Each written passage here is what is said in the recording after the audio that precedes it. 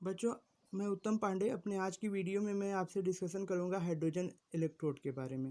Hydrogen electrode बच्चों बनता कैसे है, देख लो।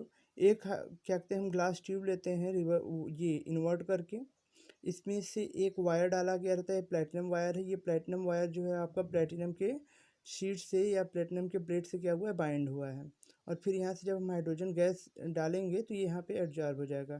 बच्चों, जैसे आप जानते हैं कि नॉर्मल केस में ये जिंक का प्लेट बनाना हुआ, जिंक का इलेक्ट्रोड बनाना हुआ तो जिंक सल्फेट को में जिंक के प्लेट को डाल देते हैं। इसी प्रकार से कॉपर का बनाना हुआ तो कॉपर सल्फेट में कॉपर को डाल देते हैं।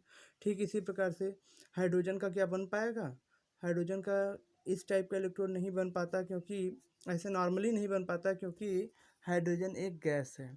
इसका मेटल स्ट्रिप तो आपको मिलेगा नहीं कि उसे आप डीप कर दें।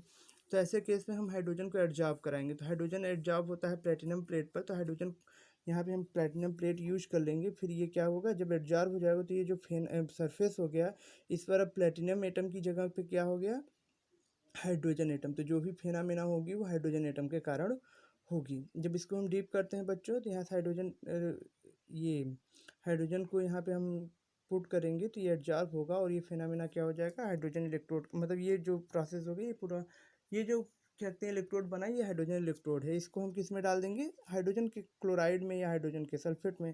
तो इसको हम इसमें डाल देंगे तो ये आपका क्या हो गया, ये इलेक्ट्रोड हो गया, हाइड्रोजन इलेक्ट्रोड हो गया। तो इस हिसाब से हम देखो बच्चों क्या कर सकते हैं, क्या लिखेंगे, the hydrogen electrode compress a platinum wire or sheet in which black platinum is electroplated to form a fine mesh layer of metallic platinum on which the hydrogen gas is bubbled. The gas molecules are absorbed in platinum mesh layer forming a hydrogen electrode. यहाँ से इस ढंग से आपका hydrogen electrode बनेगा।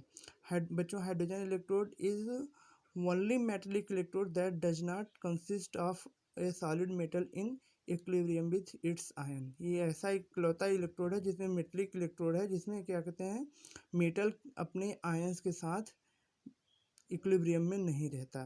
इसमें बच्चों देखो ऑपरेशन कैसा होता है, हाइड्रोजन H2 और 2H+ और 2 इलेक्ट्रॉन में कन्वर्ट हो सकता है, या 2H+ 2 इलेक्ट्रॉन लेकर के H2 में कन्वर्ट होगा। मतलब जब ये ऑक्सीडेशन का फिनोमेना होगा तो ये रिएक्शन होगा इसका, और जब रिडक्शन का फिनोमेना होगा तो ये रिएक्शन होगा। मतलब ये दोनों केस में काम कर सकता है। ये क्या कहते हैं, ऑक्सीडेशन इलेक्ट्रोड की तरह और रिडक्शन इलेक्ट्रोड की तरह, डिपेंड करेगा कि इसके साथ जो जुड़ा हुआ है वो कैसा है। बच्चों, अगली हमारी टॉपिक है measurement of EMF of cell. हम सेल का, किसी गैल्वेनिक सेल का ईएमएफ कैसे मेजर करते हैं। तो बच्चों, ईएमएफ जो है कैसे मेजर किया जाएगा वो देख लेते हैं। जैसे ये आपका एक प्लेट हो गया एनोड का और दूसरा हो गया आपका कैथोड का। ये स्ट्रिप हो गई आपकी एनोड की, ये स्ट्रिप हो गई आपकी कैथोड की। इन दोनों को हम वोल्टमीटर से कनेक्ट करते हैं। ठीक, इन दोनों को वोल्टमीटर से कनेक्ट करते हैं। ये वोल्टेज जो मेजर किया जाएगा यही आपका ईएमएफ बोला जाएगा। और यहाँ से रिलेशन कैसे होता है, जो ईएमएफ ऑफ सेल होता है वो इक्वल होता है। देखो बच्चों, यहाँ से दो या तीन फार्मूले आपको मिल जाएंगे। पहला तो मिल जाएगा ई कैथोड माइनस ई एनोड। दूसरा मिलेगा ईएमएफ ऑफ सेल जो होता है वो मिलेगा ई कैथोड प्लस ई एनोड। ठीक, तो बच्चों इन दोनों में आपको समझना होगा कि आप कौन सा फार्मूला यूज करेंगे। बच्चों दोनों फार्मूला सही है, लेकिन वो कहने का जो मीनिंग, मतलब कहने का जो कहते हैं टेक्निक है वो अलग अलग है। ई कैथोड और ई एनोड हम तब यूज, माइनस ई एनोड तब यूज करेंगे। बच्चों एक चीज़ इसके पहले बताना मुझे ये ज़रूरी है कि बच्चों यदि कहीं पर लिखा गया है इस टाइप से ई ऑक्स या E M N plus two M, sorry M two M N plus, यहाँ एम से एम एन प्लस में जा रहा है, मतलब इलेक्ट्रॉन लॉस कर रहा है, तो ये ऑक्सीडेशन पोटेंशियल है। और ई रेड लिखा हुआ है या E M N plus two M लिखा है तो ये बच्चों क्या है, रिडक्शन पोटेंशियल है। ठीक है, और ई ऑक्सीडेशन और ई रिडक्शन किसी एक ही प्लेट के लिए दोनों की न्यूमेरिकल वैल्यू हमेशा सेम होती हैं, बस डिफरेंस क्या होता है, साइन का। यदि ऑक्सीडेशन पोटेंशियल किसी का पॉजिटिव है तो उसका रिडक्शन पोटेंशियल निगेटिव ही होगा। और बच्चों एक चीज़ और, आईपीसी कन्वेंशन के अकॉर्डिंग किसी का भी यदि आपको दिया है, केवल कह दिया जाए किसी सेल का इलेक्ट्रोड पोटेंशियल इतना है, मतलब केवल ई दिया है, तो इसका मतलब आपको समझ लेना है कि ये इसके रिडक्शन पोटेंशियल की बात कर रहा है। ठीक है। यदि कहीं पर आपको इसके जब कुछ भी ना दिया हो, कोई साइन ना दिया हो, कोई क्या कहते हैं साइन दिया है, तो आप पहचान ही जाएंगे। जैसे M to Mn प्लस दे रहा है तो आपको समझ में आ जाना चाहिए कि M से Mn प्लस जा रहा है, ऑक्सीडेशन हो रहा है। तब आप यहाँ बताने की कोई आवश्यकता नहीं कि ऑक्सीडेशन हो रहा है। या Mn प्लस टू M दिया है तो यहाँ पे आपको Mn plus N two M दिया है, तो यहाँ से आपको समझ में आ जाएगा कि रिडक्शन हो रहा है। या ऑक्स या रेड लिख दिया तो समझ में आ ही जाएगा। यदि कुछ भी नहीं लिखा है, कह दे रहा है कि सेल का मतलब ये किसी इलेक्ट्रोड का पोटेंशियल इतना है, तो मतलब यक्स है, तो इसका मतलब क्या हो जाएगा आपका, उसके रिडक्शन पोटेंशियल की बात कर रहा था। आईपीसी कन्वेंशन में किसी के रिडक्शन इलेक्ट्रोड पोटेंशियल को ही स्टैंडर्ड रिडक्शन इलेक्ट्रोड पोटेंशियल को उसका स्टैंडर्ड पोटेंशियल ही माना जाता है। ठीक है बच्चों। तो यहाँ पे ये जो फार्मूला है ये आपका, इसमें सभी इलेक्ट्रोड के लिए, जैसे ई कैथोड लिया गया, ई एनोड लिया गया, ये सब के लिए रिडक्शन इलेक्ट्रोड पोटेंशियल की बात कर रहा है। लेकिन जब दूसरा वाला फार्मूला आप बात करेंगे तो कैथोड के लिए रिडक्शन की बात करता है और एनोड के लिए ऑक्सीडेशन की बात करता है। तो यहाँ पे हम कंफ्यूज होते हैं, इसलिए आप इस फार्मूले को उतना मत वो कीजिए। आपको एक ध्यान रखना है, सबसे अच्छा किसी भी सेल के ईएमएफ का जो वैल्यू होता है वो ई कैथोड माइनस ई एनोड होता है, जहाँ पे बोथ कैथोड और एनोड दोनों के लिए इसके पोटेंशियल को आपको निगेटिव मतलब रिडक्शन पोटेंशियल ही लेना है।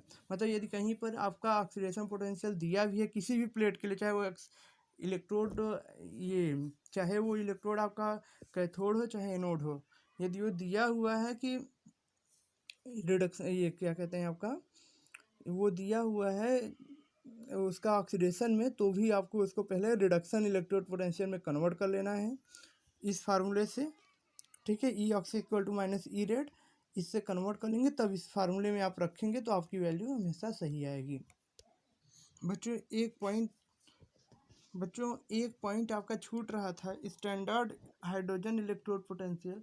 तो ये जो हाइड्रोजन जो था, ठीक है, स्टैंडर्ड हाइड्रोजन इलेक्ट्रोड क्या होता है, ये नॉर्मल हाइड्रोजन इलेक्ट्रोड हो गया, इसमें हम ये मतलब ये जनरल हाइड्रोजन इलेक्ट्रोड हो गया यदि इसमें हम इसके कॉन्सेंट्रेशन की या इसके प्रेशर की चर्चा ना करें तो नॉर्मल हो गया। और स्टैंडर्ड कंडीशन में आपने पढ़ा था 3 कंडीशन, पहला टेम्परेचर 25 डिग्री सेल्सियस, दूसरा यदि इलेक्ट्रोड गैस है तो उसका प्रेशर कितना रखना है 1 एटमॉस्फेरिक, और तीसरा और फाइनल है कि यदि क्या कहते हैं कि सॉरी उसका जो सॉल्यूशन होना चाहिए वो 1 एम होना चाहिए, मतलब 1 मोल पर लीटर। तो H प्लस का कॉन्सेंट्रेशन यहाँ पे आपको क्या लिखना है 1 एम। ठीक है।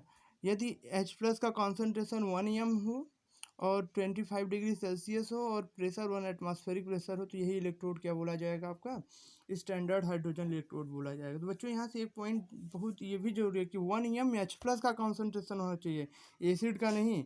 इस हिसाब से यदि देखो तो यदि 1 एम HCl लोगे तो 1 एम H प्लस मिल जाएगा HCl में, लेकिन जब H2SO4 1 एम लोगे तो यहाँ से तुम्हें 2 एम H प्लस मिलेगा। तो यहाँ पे ये पॉइंट ध्यान रखना है कि H प्लस का कॉन्सेंट्रेशन 1 एम होना चाहिए। बच्चों अगली टॉपिक है मेजरमेंट ऑफ इलेक्ट्रोड पोटेंशियल। तो इलेक्ट्रोड पोटेंशियल हम कैसे मेजर करते हैं, हम दोनों इलेक्ट्रोड्स को देख लेते हैं। ठीक, ये जैसे दोनों इलेक्ट्रोड हो गया, इसमें सॉरी किसी इलेक्ट्रोड का, जैसे मान लेते हैं इस इलेक्ट्रोड एक्स इलेक्ट्रोड का या जिंक इलेक्ट्रोड का हमें क्या करना है, इलेक्ट्रोड पोटेंशियल मेजर करना है। तो जिसको मेजर करना होता है उसे हम हाइड्रोजन के साथ क्या करेंगे, ऐड कर देंगे, क्योंकि हाइड्रोजन का जो स्टैंडर्ड पोटेंशियल लिया गया है वो 0 माना गया है। ठीक है। तो जब हम हाइड्रोजन के, ये आपका हाइड्रोजन इलेक्ट्रोड हम ले लिए, ये आपका हाइड्रोजन इलेक्ट्रोड हो गया। इस हाइड्रोजन इलेक्ट्रोड को जिस भी प्लेट का हमें मेजर करना हुआ उसके साथ हम ले लेंगे, अटैच करा लेंगे, और इनके साथ एक वोल्ट मीटर लगा देते हैं। ठीक है बच्चों। और वोल्ट मीटर लगा देंगे तो फार्मूला होता है E equal to E M F of cell E equal to E cathode minus E anode. ठीक। अब जब ये आपको यहाँ से बबलिंग बताती रहेगी, यदि एनोड क्या होता है, जिसका ऑक्सीडेशन होता है, और कैथोड क्या होता है, जिसका रिडक्शन होता है। तो यहाँ पे डिफ्लेक्शन और यहाँ पे बबलिंग आपको बताती रहेगी, यहाँ से डिफ्लेक्शन आपको बताता रहेगा कि कहाँ से कहाँ इलेक्ट्रॉन जा रहा है और कहाँ से कहाँ तक आपका मतलब किधर किस डायरेक्शन में इलेक्ट्रॉन जा रहा है, किस डायरेक्शन में आपका करंट फ्लो हो रहा है। ठीक है। तो एनोड से हमेशा इलेक्ट्रॉन का फ्लो क्या होता है, एनोड से कैथोड की ओर, करंट का फ्लो कैथोड से एनोड की ओर लिया जाता है बच्चों यहाँ पे। तो आप ई कैथोड जान जाएंगे, ई एनोड जान जाएंगे। ठीक, एनोड का आपका पोटेंशियल आपको हमेशा मालूम, सॉरी हाइड्रोजन का इलेक्ट्रोड का पोटेंशियल आपको हमेशा मालूम रहेगा। तो यहाँ पे हाइड्रोजन जिंक के साथ जब रहेगा तो ये कैथोड हो जाएगा हाइड्रोजन। तो यहाँ से इसका 0.00 हो जाएगा माइनस, और ये ई, और ये आपका ई जिंक।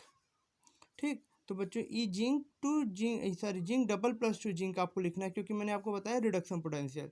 तो यहाँ से ये वैल्यू आपको कौन बताएगा, वोल्ट मीटर बताएगा। ये वैल्यू वोल्ट मीटर बताएगा। ये वैल्यू स्टैंडर्ड केस में हमेशा 0.00 वोल्ट होगा ही। ठीक, तो यहाँ से आप किसकी वैल्यू फाइंड कर लेंगे, E zinc double plus to zinc, मतलब ये वैल्यू आपको मिल जाएगी। तो इससे आप क्या पता लगा लेंगे,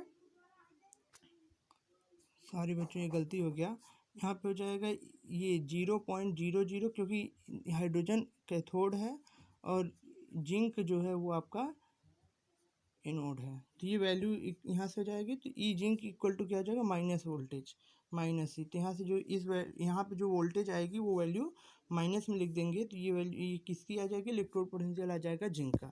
तो ऐसे ही करके हम अलग अलग मतलब अलग अलग क्या कहते हैं कि सभी इलेक्ट्रोड का अलग अलग निकाल लेते हैं वैल्यू। ठीक है, इलेक्ट्रोड पोटेंशियल।